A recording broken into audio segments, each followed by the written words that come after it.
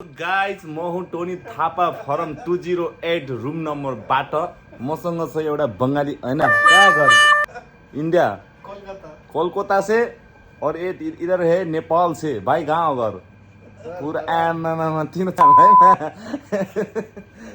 ये भाई बोली रहा है सॉरी लो सॉरी सॉरी सॉरी हंसी मजाक होता रहता है। और आपका परिचय दे दो भाई लुंगी तान के। नहीं लाइव कर रहा क्या? हाँ नहीं भाई वीडियो कर रहा है यार तो ब्लॉक कर रहा है। नहीं मैं मानता भाई। अरे आपका धोती गिर गया थोड़ा संभालो। और मैं ऐसे इधर से बोलिरहेको छु अनि यस्तै हो विदेशको हाल खबर यस्तै छ। ड्युटीबाट भर्खर आएर आज मैले चाहिँ स्पेसली कुरा चाहिँ खासमा के भन्न लाग्यो भन्दाखेरि गाइस मैले आज यो सरी सेल्फी स्टिक ल्याएको थिएँ अनि यसलाई यस्तो कस्तो हुँदो रहेछ त होइन। अलिकति म पनि अलिकति हुन्छ नि अब यस्तो भ्लग बनाउनुलाई नयाँ नयाँ के भन्छ च्यानल आयो बोल्दा च्यानल खोलेको थिएँ युट्युबमा। सो गाइस त्यहाँ गएर हेरिदिनु होला। पुरानो भ्लगको पनि छ मैले पहिला पहिला हालेको गाउँतिर गएको थिएँ होइन यो लास्ट इयर भ्याकेसनमा। सो त्यही हो। अनि म चाहिँ आज रुममा अलिक नाङ्गै छु होइन नेकेड कस्तो यताउता होइन डोन्ट माइन्ड गाइज। म भर्खर आएर ड्रेस लुगा खोलेर यो झुनाइरहेको छु।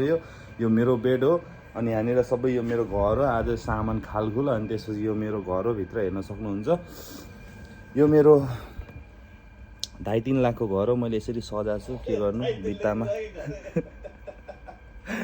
2.5-3 लाख रुपये देके आया ना मैं तो वो मेन पावर में 2.5-3 लाख का बेट है साला। मेन पावर में खाया ना दलाल लोग। अभी नया सरकार बन रहा है घंटी बज के इधर गिटार बजाए तो बन्यो भने चाहिँ हामी फेरि आउनु नपरोस् नेपालमै रोजगार मिलोस् भन्ने हामी चाहन्छौँ। अब यो मेरो घर भयो होइन गाइज। अनि त्यही हो अरू चाहिँ खासै केही छैन।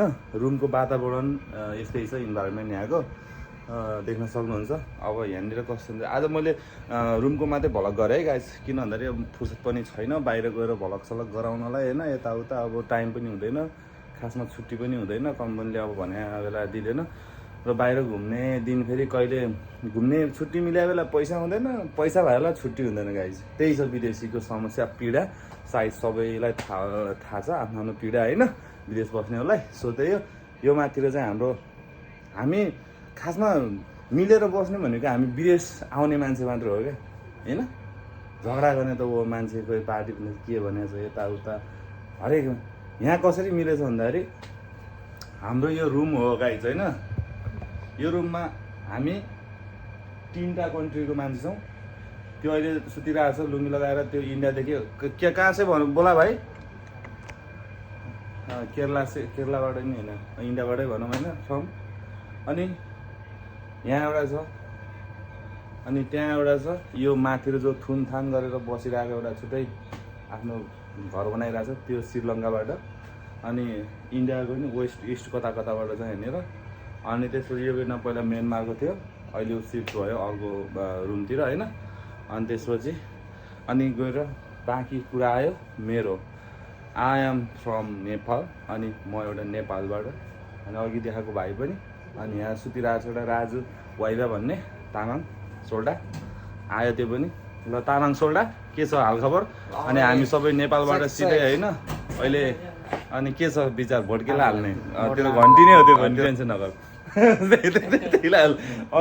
और क्या बोल रहा है भाई ब्लॉग में ये है हमारा इंडिया बिहार से अपना भाई यूपी बिहार से अपना एकदम दोस्त आज उसका ईद मुबारक राखो भाई साहब रमजान मुबारक रमजान सॉरी और खानपिन तो हो गया ना होइन। हामी धेरै देशको अनि धेरै रिलिजनको छौँ मिलेर बसिरहेको छौँ कोठामा एकदमै यही हो खुसी होइन। हामी मिल्ने भनेको चाहिँ विदेश आएर सिक्ने रहेछ क्या कसरी कसरी बस्नुपर्छ कसरी मिलेर बस्नुपर्छ एउटै कोठामा सानो कोठामा होइन त्यो चाहिँ पाठ सिकिन्छ गाइज होइन।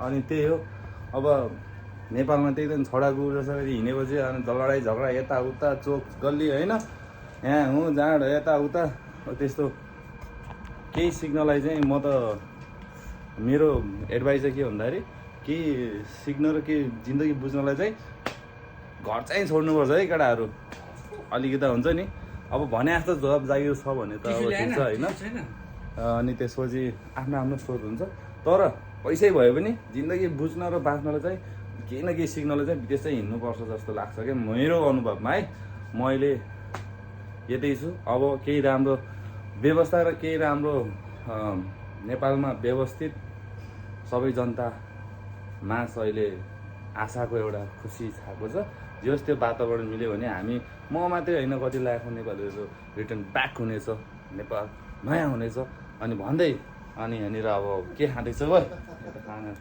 खा यसलाई चाहिँ आज मैले चक्लेट ल्याइदिएको सानो नानीले पिचित भन्दै आएको झाडिहाल कस्तो छ मिठो छ कि घन्टा जस्तो छ ल ठिक छ तैँले पनि घन्टै बजाइहाल हेर्नुहोस् विदेशमा पनि यति चर्चा छ घन्टाको घन्टा कता हल्लाउने भन्नुहोस् पाउने तर जहाँ हल्लाए पनि यसले यसको बाउ अङ्कल चाहिँ एमालेको पार्टी रहेछ अनि यो एमाले कार्यकर्ताको रहेछ होइन अनि त्यो भएर यसले फेरि घन्टी मन बजाएर भन्छ तर यसको मनमा चाहिँ के भएको छ भने एकचोटि घन्टी बजाउनु पायो हुन्थ्यो भन्ने भएको छ तर के गर्नु अब विडम्बना यही छ अब के गर्नु होइन अब पहिला बाध्यता हुन्छ के हुन्छ तर नयाँ नेपाल सुखी नेपाल हुनको लागि चाहिँ केही हामीबाट नै परिवर्तन ल्याउनुपर्छ भित्रैदेखि नै जय Nepal love you guys vlog हेरेर साथ दिनुभएको सबैलाई नमस्कार भन्दै म यो भिडियो यहीँ एन्ड गर्न चाहन्छु अहिले सुत्छु खाना दाल साल सिटी खानेको मैले कानले सुनिरहेको छु खाएर फेरि भोलि ड्युटी ब्याक हुनैपर्छ त्यही हो